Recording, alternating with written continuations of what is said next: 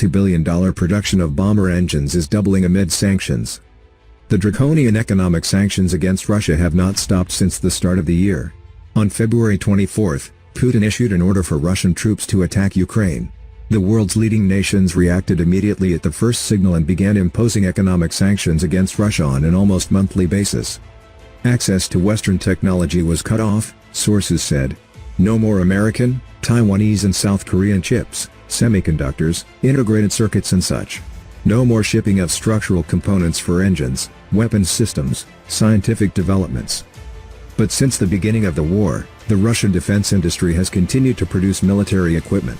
Not at the same pace as before, but the production of tanks, airplanes, self-propelled howitzers and other types of artillery, drones, etc. haven't stopped. Almost every month, the Russian army receives a trainload or two of weapons being sent to the front in Ukraine.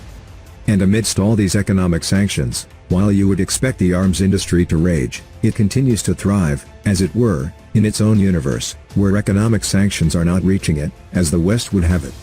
Amid these sanctions and the ongoing war of attrition, Russia has doubled production of engines for its strategic bombers.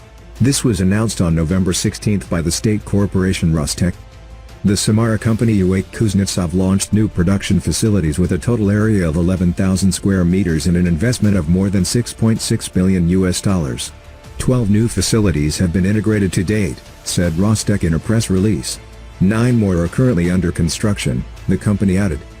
The new production workshop will double the production of main engines, NK-3202, NK-12MP, NK-25 series aircraft engines and new promising high-power products. The Kuznetsov NK-32 engine powers the Russian Tu series aircraft. The NK-3202 series in particular is powered by Russia's newest Tupolev Tu-160 supersonic bomber. The same engine, according to open sources, will also power Russia's next-generation Tupolev PAK bomber. The PAK is said to be entirely possible never to enter mass production, given the turnaround costs and repercussions once completed. However, doubling the production of this particular machine somehow completely contradicts the claim.